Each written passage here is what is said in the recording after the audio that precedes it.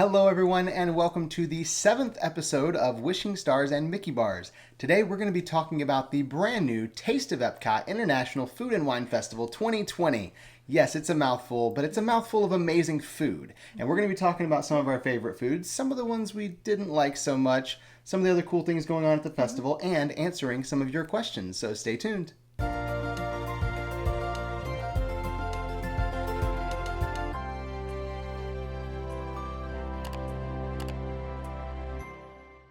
We are Robert and Alyssa, also known as Here with the Ears. We lived the entire year of 2019 in the Walt Disney World resorts, sharing our experiences and adventures on social media and YouTube. Wishing Stars and Mickey Bars is our weekly show where we share tips, stories, and more about our year living in the resorts and our continued Disney adventures. This week's episode, we'll be talking about the Taste of Epcot International Food and Wine Festival 2020, which, as you said, is a mouthful to say. Yeah, I don't know why they had to give it such a long name. I mean, really, I get it. It's a taste of the Food and Wine Festival. It's not as big. I think usually there's over 30, kiosks. This year there's 20. But still, you got to make it so hard to say, Disney. Come on. And type out, too. I mean, right, every time you type it out, every social media post is this huge, long string to... I feel like we need to figure out a shortened version for this, because it's just a lot an going abbreviation would be kind of ridiculous, though. So yeah, that's fair. Yeah. But there are a lot of great things. Even though there are less booths this year, there are a lot of great things to try. We have tried almost everything. Yeah, we're going to have everything tried tomorrow, Monday, when we go to Epcot. We're going to be going live on YouTube. But before we do that, we're going to be trying the last few items on our list we need to check off to see which things we like and don't like. We've saved the ones that we're not quite sure about for last. So we're gonna tomorrow might be interesting, seeing which ones we try. But I know that for sure we've found some of our favorites already. We don't need to even wait until tomorrow for that. Yes, but we've definitely tried a lot of stuff, and we've also enjoyed a lot of the activities and things that they still have. So even though this is a taste of food and wine, there are still activities for kids to enjoy, for adults to enjoy, such as the Geometers and the Mariachi Cobre. And then, of course, the kids always get fun activities in Epcot because we know Epcot may not be their favorite park. So Disney has created these fun little packets that they can get in the countries. So you can go to any country and pick these up. And they're just fun little souvenirs they can take home. And they also have Remy's Hide and Squeak, which we have not done yet, but we are looking forward to. We've done it in the past. And they do something pretty much every festival. They do some type of scavenger hunt. It only costs a few dollars, and you get a fun little prize at the end. We haven't done this one, but I've seen a couple of the Remy's hiding around some of the countries as we're just walking around and eating. So I think we might need to try that one out tomorrow, too. That would be a really fun one to do. Yeah, that would be fun. Even though we're not kids. One of the really cool things I liked about the festival this time is even though they don't have all the paid activities and things where you can cook with one of the chefs and stuff, they utilize the World Showplace Pavilion, which is right between Canada and the UK. It's this gigantic convention center, really, that's a huge air-conditioned building. They utilize that for some of the kiosks. So there's 4 different booths in there, and the food in there is really good. But one of the best things about it is it's air-conditioned. And has seating. Really, really well air-conditioned. So you're feeling really hot walking around the countries and eating. You can duck in there and sit down, eat some food in there, and have the nice air conditioning. And of course, one of your favorite snacks is also in there. But we'll get to that a little bit later. Yes, but I totally agree. And I do hope they keep that maybe for future festivals. Hint, hint. Because we both really enjoyed that. And I will say it beats eating over a trash can around the country. So that is something to consider. But we very much enjoyed being able to cool off in there and enjoy snacks from several different booths instead of just one. And so we had a really nice time with friends in there, just relaxing and enjoying different things. Yeah, I think that was one of my favorite changes. Even though the fun paid activities are gone, I like that they still utilize the space because I felt like it was a really useful thing for us as regular guests. As we mentioned before, over in the American Garden Theater, they do still have the Geometers, so you can see them. They have a regular schedule. We so enjoyed seeing them again because they are some of our favorite entertainers. Yeah, the Geometers is, I know not everyone's kind of cup of tea, but I love the Geometers. I've seen them since I can remember. I mean, my very first time I remember coming to Epcot, I remember watching the Geometers. I have video watching them of these old home movie tapes, the Super 8 tapes or whatever. I remember them all the way back as far as my memory goes. And one of the Geometers is actually the original, from the original group. So it was kind of cool to go back and see him every single time. And I was really happy that they didn't just cut them all together. They brought them over onto the America Gardens Theater stage, and they have him there. And the Mariachi Cobre, which is really, really enjoyable because they are so talented. They really are. They're so enjoyable to listen to. And again, it gives you a time to sit down, kind of relax, and just enjoy some entertainment there in Epcot. So we very much enjoyed that. And of course, they are still doing character cavalcades just as they are in the other parks right now. So you can see Elsa and Anna going around through the countries, and they've got Mickey and Minnie going in a car. That one was pretty cool. The Mickey and Minnie car was pretty awesome. And the Princess Caravan that had the horse-drawn carriage. That one was cool too. But it's interesting because we haven't had a parade in Epcot since the Tapestry of Nations, I guess, was probably the last parade, which was the Tapestry of Dreams, I think, originally, back in the Millennium Celebration. So it's been like almost 20 years, like 15 years, since we had a parade. And crazy. It's kind of awesome to have something like that happening in World Showcase because it's just we haven't had anything. So I really enjoy the cavalcades as a whole at all the parks, but especially at Epcot because it gives you a little fun break to the day in the countries. I agree. It definitely brings some fun, some magic to the World Showcase and changes things up a bit. So we really enjoyed that. And we did get quite a few questions about the Taste of Epcot International Food and Wine Festival 2020. I've nailed this down, you guys. I've worked very hard on this. You got it all in there. So one of the questions we got was, how are the crowd levels in Epcot with the festival going on, and is there a better day to attend the festival right now? So I like that you put those two questions together because they're very directly related. The crowds in Epcot are about the same as every other park as far as like how crowded it feels, I think. Although the later in the day it gets, the more crowded World Showcase seems to feel because everyone's kind of migrating away from Future World and going to start snacking around the world and drinking around the world. So I think it's a little bit more crowded in Epcot feeling towards the end of the day. Yeah. But then the other thing is the day of the week. So we personally have not gone back to Epcot on a weekend since this whole reopening thing started, except one time. And that was because the crowd levels on the weekends go up at Epcot. At least it seems that way. Whether or not it's actually more people, it's kind of hard to say with the crowd capacity limit and everything. But it definitely feels busier on the weekends. A big reason for that is going to be the different annual pass options that locals have here in Florida. So some people have the Epcot After 4, some people have the weekend tickets like the silver tickets and things like that. So there's all these different annual pass options, and a lot of them are used just to go to Epcot on the weekends. So it's kind of the place that I would avoid, honestly, on the weekend. If you're trying to avoid crowds, I would avoid Saturday and Sunday and even maybe Friday night. Because we've found Epcot to not be nearly as bad on Monday and Tuesday as it is like on Friday and Saturday and Sunday. So the crowds still aren't bad. It's hard to say, like, we're saying compared to the other days, not compared to like past times, because the crowd at Epcot now compared to the crowd before the closing is still, it's still nothing. Like I'll take this over what it was before closing any day, but if I have my choice of days, I'm going to avoid the weekends at Epcot just for the crowds. Yeah, so we've actually made it a point to go right at opening, so around 11, and we go and just enjoy those first couple hours and going around World Showcase. And it feels like we kind of have the park to ourselves because so many people start, as he mentioned, over in Future World. So they kind of hang out by Spaceship Earth and Figment, ride all those rides while we're going through the countries. And so we kind of rotate around the crowd in that way. And it has nothing to do with me wanting to eat as soon as I get to the park. That is completely just a side effect of trying to avoid the crowd. It wasn't intentional at all. Nope.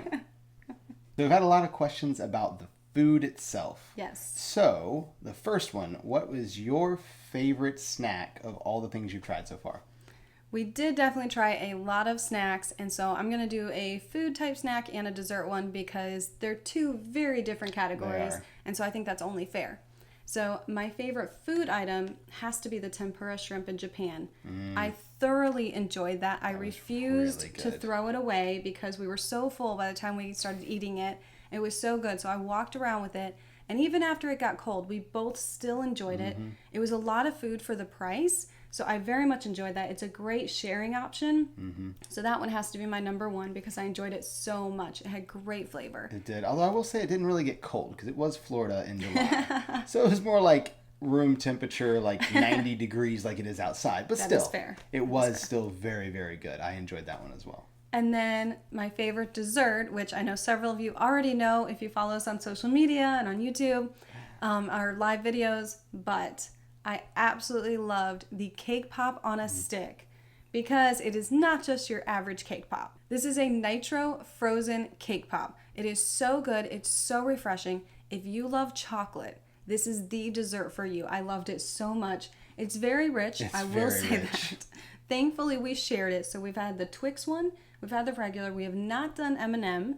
So I don't know if you're going to try that at some point. I probably won't. It's a lot to try to eat by myself, and you can't eat it because of the food coloring. So I probably won't try and brave that all on my own. It is a lot of sugar in But those it's cake so pops. good. I enjoy watching them make them though, because they take them and they coat them in whatever you're going to put them in, and they dunk it right in there and freeze it in front of you, which is just like comes out smoking, and it's really cool. As a total nerd, it's really fun to watch. It's a very fun experience, but it's very enjoyable to actually eat it too. So Yeah, it is. that's my favorite. And my favorite snack, I have a really hard time with this. I've gone back and forth. We've talked about it in circles and like which one's my absolute favorite because I have a top 5. So my favorite food item, I am probably going to have to go with the filet in Canada. I was good. very, very torn because it's a really good filet. It's the same kitchen as Le Cellier where they make it for like the big signature meals. So I had a hard time getting away from that. I'd say a very, very close second is the chilled ramen. The chilled ramen in Japan was really, really good. I know you did not like that, but I loved it. And it was refreshing because it was cold. So I'd say those are probably my favorites. I'm going to stick with the filet as number 1 though. And my favorite dessert was not the cake pop because that is just too much sugar. I really enjoyed the carrot cake in America. That was delicious. It had an awesome cream cheese frosting that was more like a cream cheese drizzle because it was not thick like frosting. It was melted and it just kind of soaked into the carrot cake, and it was really, really good. I very much enjoyed that. So I think that would be my favorite dessert. I did enjoy that. It was very flavorful, and the sauce was really good on it. It was. On that same topic, what was your least favorite snack? Okay, so on this one, I don't think I'm going to split food and dessert because I can't remember a single dessert that we tried that I didn't like. Yeah. There were some that I thought were kind of odd. Like there was the one drink, which we'll cover in just a minute, that I thought was really weird, but it tasted good. It was odd texture. But I think for food, I can definitely pick a least favorite food, and I'm gonna say it's a tie for this. So I think it was the buffalo mac and cheese, which is inside World Showplace, because it was weird. It wasn't like I was expecting, buffalo chicken and mac and cheese, but it was like buffalo shredded chicken with like onion and stuff, and it just had an odd flavor. It wasn't like you could have just done buffalo sauce and chicken and mac and cheese. It would have been great, but they didn't. So that one was odd, and I didn't like it very much. And I would say the other one that's tied with it is the shrimp from the Africa booth. I was thoroughly unimpressed with the shrimp. It wasn't bad, and the citrus couscous that was with it was nice, like together. But honestly, the shrimp just had no flavor. Yeah. And for being one of the more expensive dishes that we tried, I would say those two were kind of tied. I know that we had one other thing that I really didn't like at all, but I know it's probably going to be your least favorite. So I left that one for you because those two for me stood out as things I would not try again. Now, I will say, with what he said about the buffalo mac and cheese, I assumed I was going to love that. I love buffalo mac, and so I really thought I was going to be like, this is it. And it didn't do it for me. I actually enjoyed the lobster one more. Lobster one was good. It was very good. So between those two, I would get that one again. And like you said, the shrimp, we got that more for me because I love shrimp, and it really didn't have any flavor. You do have to eat it with the couscous in order for it to have any flavor whatsoever. So, and it was also dried out. So we think it just sat there for a while. So that was a little disappointing. Yeah. But yeah, my least favorite, the one that I tried several bites because I so wanted to enjoy it, was the lobster roll in America. Yep, that one was... I love lobster. I just had it a couple nights ago again. I very much enjoy it. I was so looking forward to this, and we just did not enjoy it. I tried a bite. I ate something else. I came back and tried another bite. I could not. We both wanted to enjoy it. We really did, but the sauce that they put with it was overpowering, so we tried to take some of that off, and it had the combination of flavors was just weird. We couldn't get over it. We ended up tossing the rest of it. I was so disappointed. So I guess that probably be my least favorite too, because I didn't even eat the whole thing. But I think the other two were more disappointing for me because I wasn't really looking forward to the lobster roll. I was like, I like lobster, but it's take it or leave it. I do enjoy the one from Columbia Harbor House at Magic Kingdom, but it wasn't so big of a letdown for me because I was more looking forward to like the shrimp and the buffalo mac, and still all three of those dishes just really big disappointments. And as he mentioned, I did not enjoy the ramen in Japan. I love ramen, but I couldn't get over cold ramen. I could not get over that. I think you didn't like the flavor as much either, though. I think Yeah, the sauce it was in, it was you didn't definitely care a for. texture thing, and you just have in your head ramen is supposed to be warm. It's a soup, and I just couldn't get past that. I did try it. He can vouch for me. You tried it. I tried you put it in your mouth. But I'm going to tell you, we have talked to quite a few people that have tried this. You're either going to love it or you're going to hate it. That is how this has gone down. Yeah. So it is completely dependent on texture and the person. Yeah, I mean, I love sushi and you hate sushi, so that kind of probably plays part into it. 'Cause I think it had similar flavors to that too. The sushi there is also really good, but yeah, that one's not my favorite though, so I'm gonna leave it off the list. But you hated the ramen, that's okay. I loved it. I'll eat it all. And we don't drink, but we did have someone ask us what our favorite drinks were. So we're going to ask what our favorite non-alcoholic drinks were. Not a lot of options at this festival. Sometimes there's more, but there were a few. There were a few different drinks that we tried that kind of curious what your thoughts were on. Yeah, so I think the one that matched the flavor the most, in my opinion, is the s'mores drink in World Show Place. It was incredibly sweet, but it was like drinking a liquid s'more. It was a lot of sugar. It was like pure sugar, but it had the marshmallow. It was weird. It tasted like toasted marshmallow with chocolate, and there was even like the graham cracker, like cinnamony type taste. It was strange. It was like drinking a s'more. Now, we say strange, we say weird, in a good way. In a good way, it did taste like a s'more. So it was supposed to taste like a s'more, and it did. It was just very sweet. But it was incredibly sweet. Honestly, I thought it was more sweet than the cake pop. And yeah, there definitely. is an alcoholic version to that, which we've been told helps with the sweetness. So that may help there. And then I know there was at the Appleseed Orchard, they had the apple pie. Yep. That, again, was like a liquid apple pie. It was like drinking apple pie. It was not as sweet, though, as the s'more. No. It was definitely more refreshing, so we both enjoyed that a little more. Yeah, I will say the apple pie, though, I wasn't crazy. I liked the flavor a lot. What I didn't like about it was it had actual, like, apples in it. There were a couple stewed apples in the drink, which texture-wise is weird because it's like a slushy drink. And then when you're trying to drink it, you got a big apple that hits you in the face and like just smacks you in the nose, and you're like, oh great, now I've got apple over my face. And I just didn't love that. If they had just done the smoothie part or the slushy part, I'd have been totally good. It was delicious. But putting the apples in there was weird. Or at least cutting them up. I feel like they little, could have at little least diced done up pieces chunks, or maybe. something. Yeah, I don't know. So you But do that have was to odd. have like a fork, but you're also drinking it. It was so weird. It wasn't quite a drink. But That it was tasted strange. good. It had really good flavor. It did. And then the other one they had was the orange slushy. Oh yeah, the orange slushy at the Citrus Blossom, where they have the Orange Bird sipper cup, which is right over there behind me.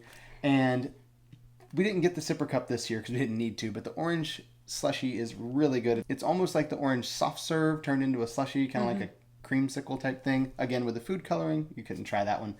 I enjoyed it, but it was incredibly sweet as well. I felt like that one and the s'more were both just so sweet. I did not want that much sugar. So I'd go with the apple as my favorite because it wasn't quite as overpoweringly sweet. But I would maybe ask him to hold the apples next time because that was weird. Another question we did get was about the shows. So we mentioned this a little bit, but are there still shows in all of the countries? Yeah, that's a great question. And it is kind of a part of all the changes since the reopening. Without all the cultural representatives, a lot of the entertainment did not come back yet. So, for example, the Jewel Dragon acrobats in China, or Sergio in Italy, or Matsuriza in Japan, all those different shows haven't come back yet. So there's not as much street entertainment. In fact, there's really no street entertainment going on. They do have, as we mentioned, the Jameters and Mariachi Cobre in the America Gardens Theater, which is great, but all the kind of out in the open entertainment is gone. However, the shows in the countries that are inside buildings, a lot of them are still running. So Canada Far and Wide is still going. The Beauty and the Beast Sing-Along is still going. The American Adventure, without the Voices of Liberty, sadly. And Reflections of China, where you can go in and watch that 360 video. So there are still some shows in the different countries, but none of the kind of live entertainment, which was a little bit sad because that was a big part of what made Epcot like unique. But I have a feeling it's all going to come back eventually, and I'm just waiting until then. And I agree. We definitely miss the shows, all the live entertainment, but especially with how hot it's been recently, with it being July and August here in Florida, having a place you can go inside, some of them you can sit down, in the air conditioning. It's very nice right now, so we highly recommend doing that, especially if you feel like you're overheating in the parks, wearing the masks. It's a great place to go, enjoy the entertainment, because the American Gardens Theater is outside. You're still wearing your mask. So the inside shows do help a lot in the air conditioning right now. Especially American Adventure. It's like 30 minutes in the AC, which is really nice. And they're great shows. And our final question is, what was your favorite booth overall? If you count all the food and dessert at the booth together, which was your favorite of the festival? Well, I really want to say the cake pop booth, but I don't feel like that's fair That's because cheating. they don't actually have food. They Yeah. just have cake pops That's and the cheating. s'mores drink. So if I had my option, it would probably be the cake pop booth. But counting food as well and desserts, Germany would have to be my overall favorite because we both enjoyed the bratwurst We did. on a pretzel roll. It was really good. We enjoyed the pasta dish, which I am not even going to pretend to pronounce because I tried so hard. The lady repeated it so many times for me. I just can't. Yeah. But it was really good. She recommended it, and I was so glad she did. It had like pasta and ham and cheese. It was like a lasagna. Really good. It was kind of like a lasagna, but without the red sauce. It was like ham and cheese in the middle. It was really good. Yeah, we really, both enjoyed really it. filling, though. And then the apple strudel, which is only $4, and they give you a huge piece. It was very enjoyable. We both enjoyed it. Yeah. That's when you should have apple chunks. So true. unlike the drink we Unlike had. the slushy, yeah. So I think Germany would have to be my overall favorite because I could go back and eat those things over and over again. That one was really good. If I had to choose an overall favorite, I want to take the easy way, and I want to say Canada because they had the beef fillet and they had the cheddar yes. soup with the pretzel roll. But I'm not going to take the easy way out because that's always like, it's staple, right? It's one of the amazing ones. They never screw up. I would say my favorite is probably going to be Japan. Yeah. And it's only Japan for those who like sushi and sushi related things because they do have a little sushi in a flower pot, which was amazing. They have the chilled ramen, which I love so much. And they had the tempura shrimp, which you loved very much. So, and I also really enjoyed it. So I think that one would be my favorite. No desserts there. I was kind of hoping for frushi, but no frushi. So no desserts at that one, but I'd still say overall my favorite. And that sums up a lot of our favorites and our not so favorite snacks and things at the Taste of Epcot International Food and Wine 2020.